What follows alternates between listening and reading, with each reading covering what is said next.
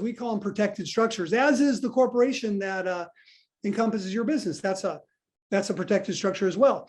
And so when you pull your assets out, now you have all those assets or that capital that you pulled out of your business, but you also have all your other assets that are already outside of your business, like cash that you've been pulling out all along that you used to buy your residence, maybe some investment real properties.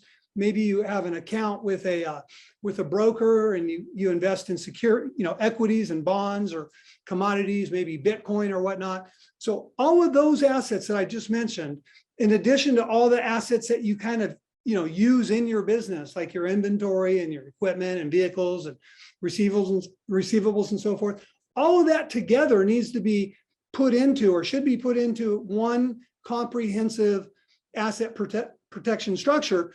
And what's great about it is that you want all of that to go to somebody upon your death anyway. Whether if you're single or married, if you're married, you might want it to go to your spouse first. Maybe you have a trust, or you'd like to have a trust where everything goes first to each other and then to your children, or maybe to other relatives or whatnot, or to charity. So you already want to, if you don't, you should have a trust and other estate plan documents setting forth where everything goes upon your death. Well, within that, your typical, they often refer to them as revocable living trusts. Or living trust, but those we call them RLTs, revocable living trusts.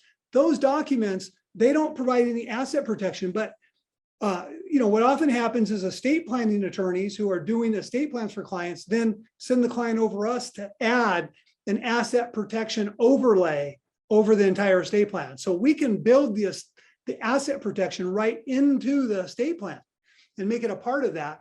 And if you don't have an estate planning attorney, we do the estate planning as well. We'll just do the whole thing.